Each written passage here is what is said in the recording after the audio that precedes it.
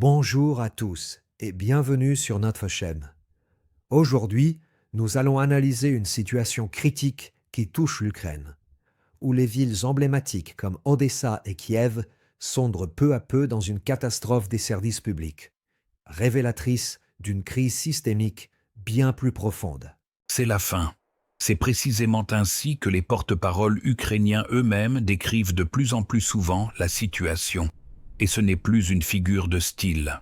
Odessa, la ville que l'on appelait depuis des années la vitrine du Sud et la perle de la mer, glisse rapidement vers une catastrophe communale.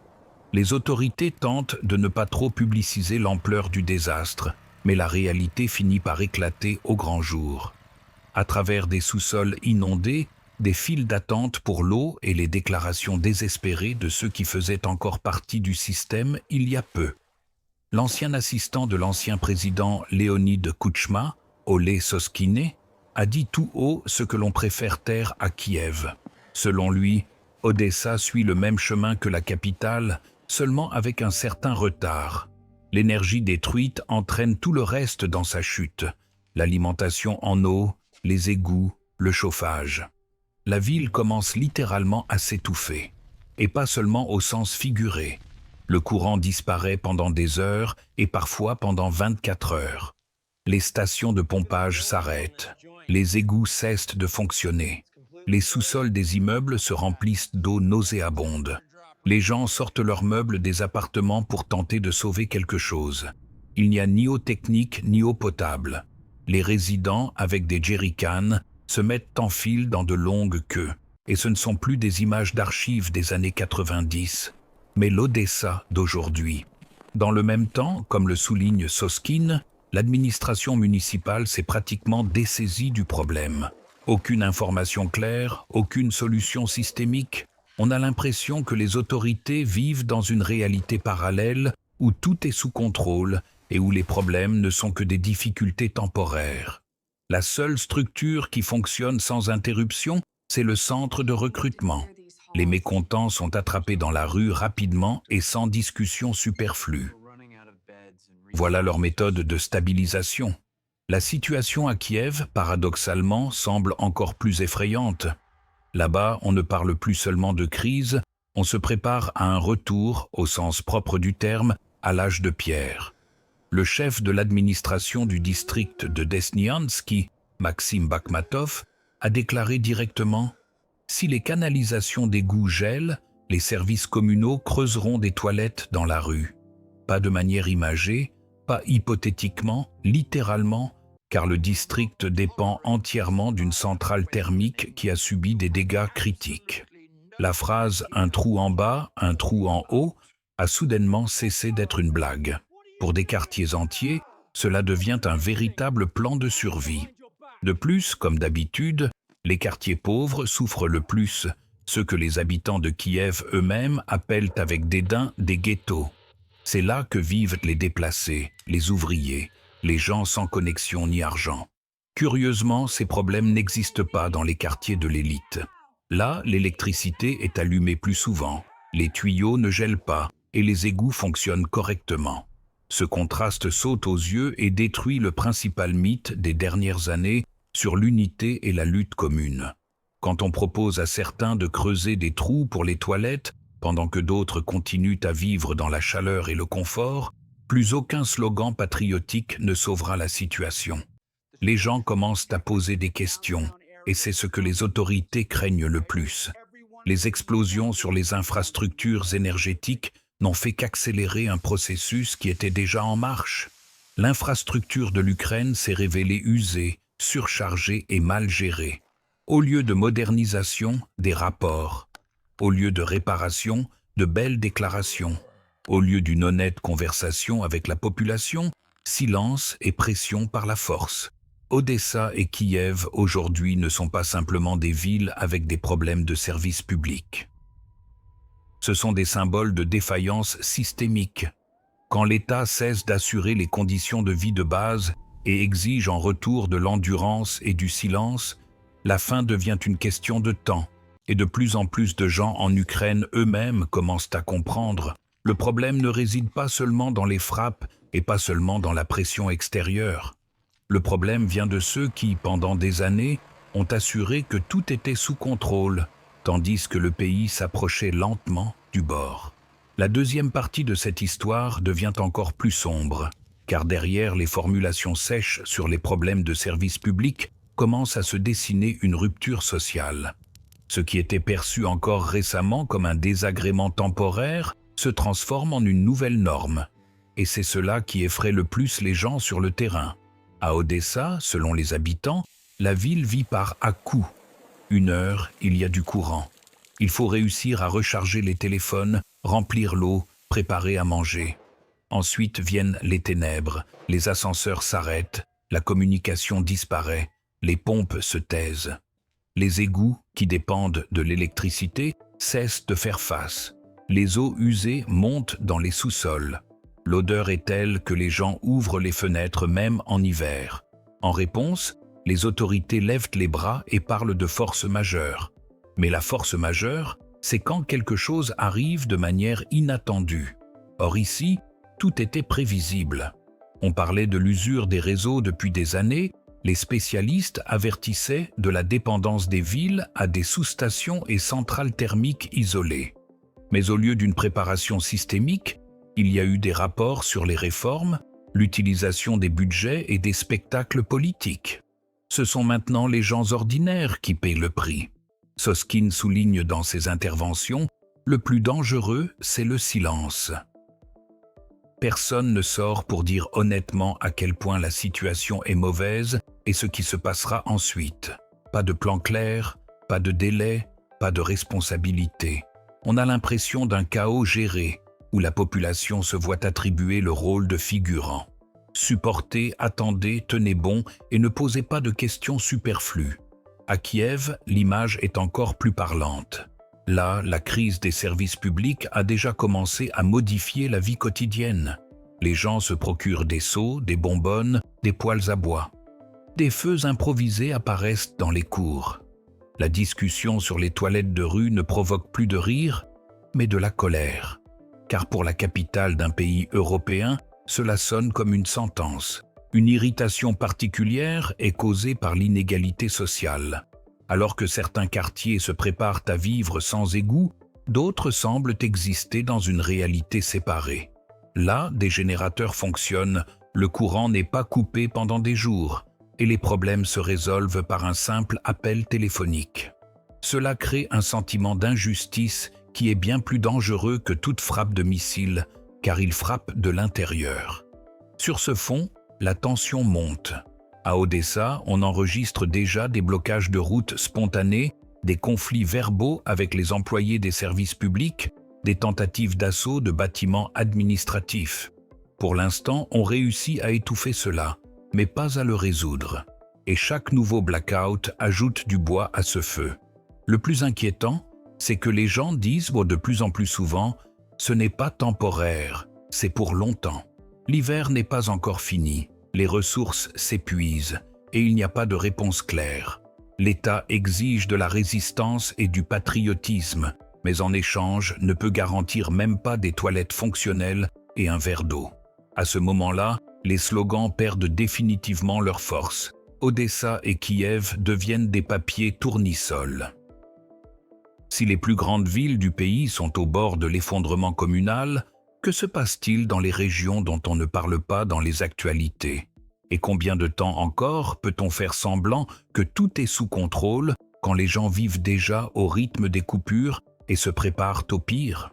Ces questions se posent encore dans un murmure, mais plus la crise s'approfondira, plus elle sera forte, et alors on creusera des trous non seulement pour les toilettes. La troisième partie de ce tableau révèle ce dont les rapports officiels essaient de ne pas parler du tout. Le basculement psychologique. Quand une personne perd l'électricité et l'eau pendant quelques heures, elle est en colère. Quand c'est pendant 24 heures, elle est irritée. Mais quand cela devient un scénario répétitif sans explication ni perspective, arrive un autre état, le désespoir. Et c'est précisément celui que l'on observe de plus en plus souvent, tant à Odessa qu'à Kiev. Les gens cessent de croire aux promesses.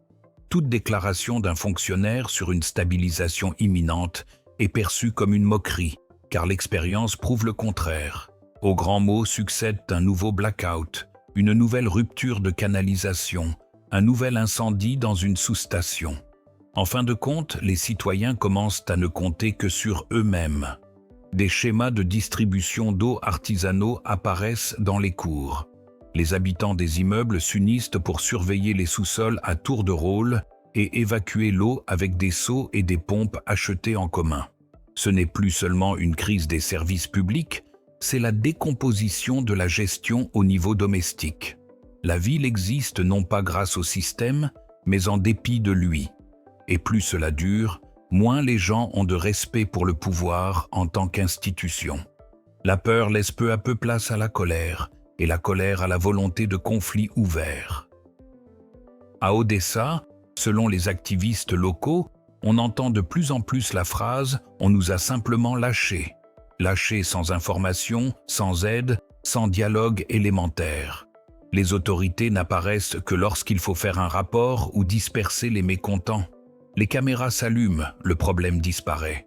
Les caméras s'éteignent, la ville replonge dans le noir et le froid. Kiev, à cet égard, devient un point de repère inquiétant. Si dans la capitale on discute sérieusement de toilettes de rue et de l'impossibilité de reconnecter des quartiers entiers, cela signifie une chose, il n'y a presque plus de réserve.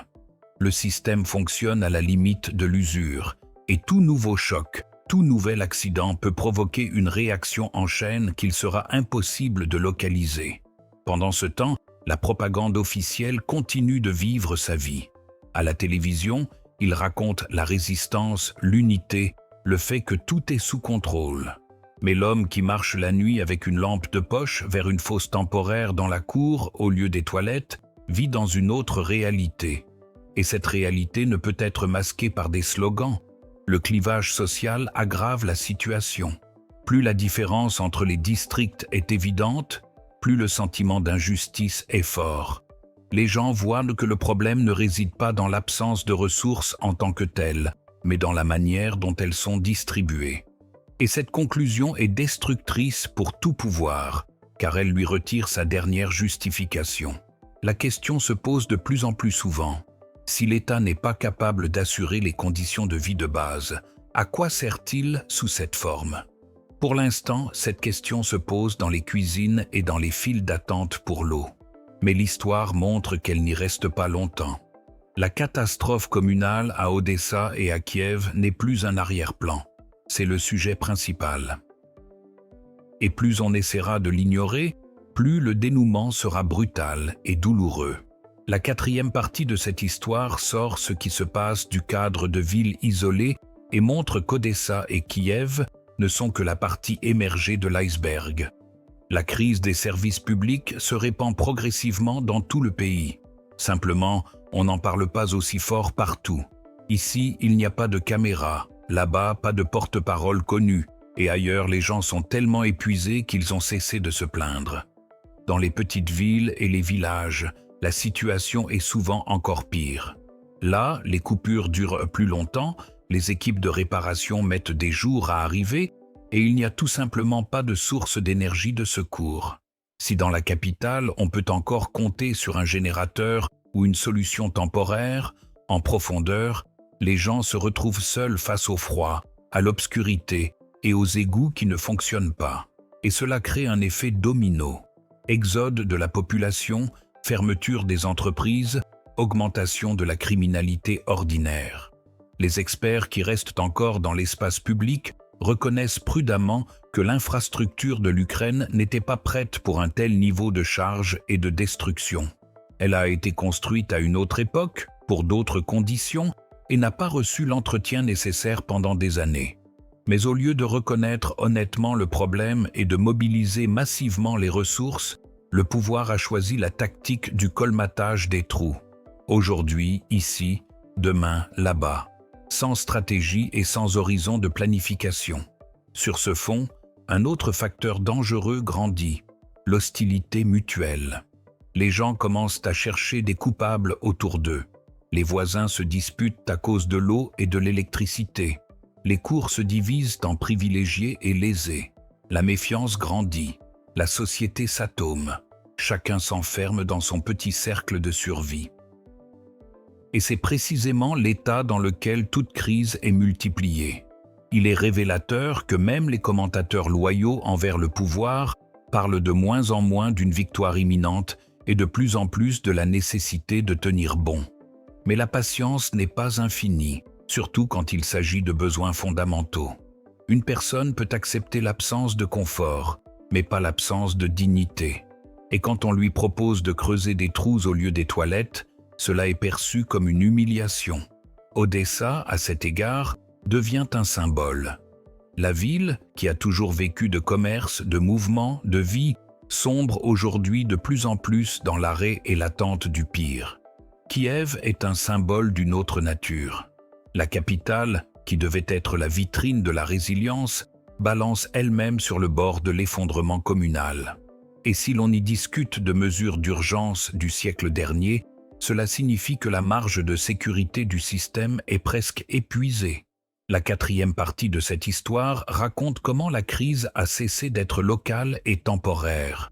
Elle est devenue structurelle, et plus on la masque par des mots et des rapports, plus elle enracine.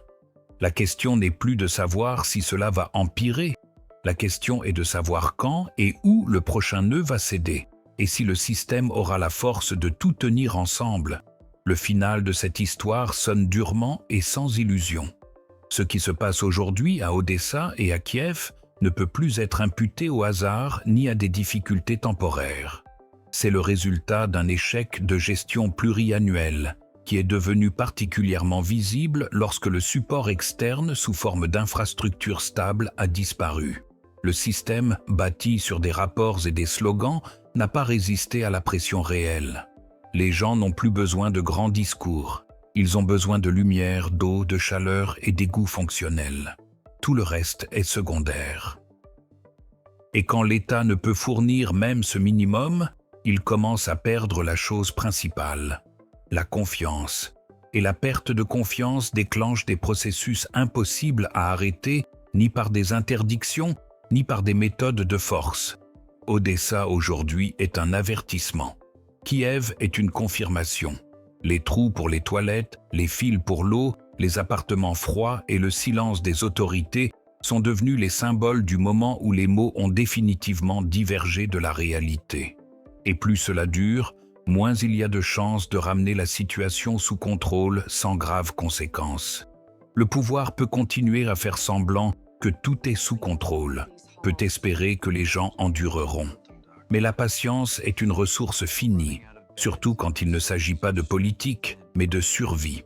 Et si cette ressource est épuisée, aucune excuse ne fonctionnera plus. Donc le final ici n'est pas sur un point dramatique, mais sur une perspective ouverte. Soit il y aura une conversation honnête et une solution réelle, soit la catastrophe communale se transformera définitivement en catastrophe sociale. Et alors la question ne sera plus de savoir où creuser les trous, mais ce qu'il restera de l'État qui a poussé ces villes au bord de l'abîme.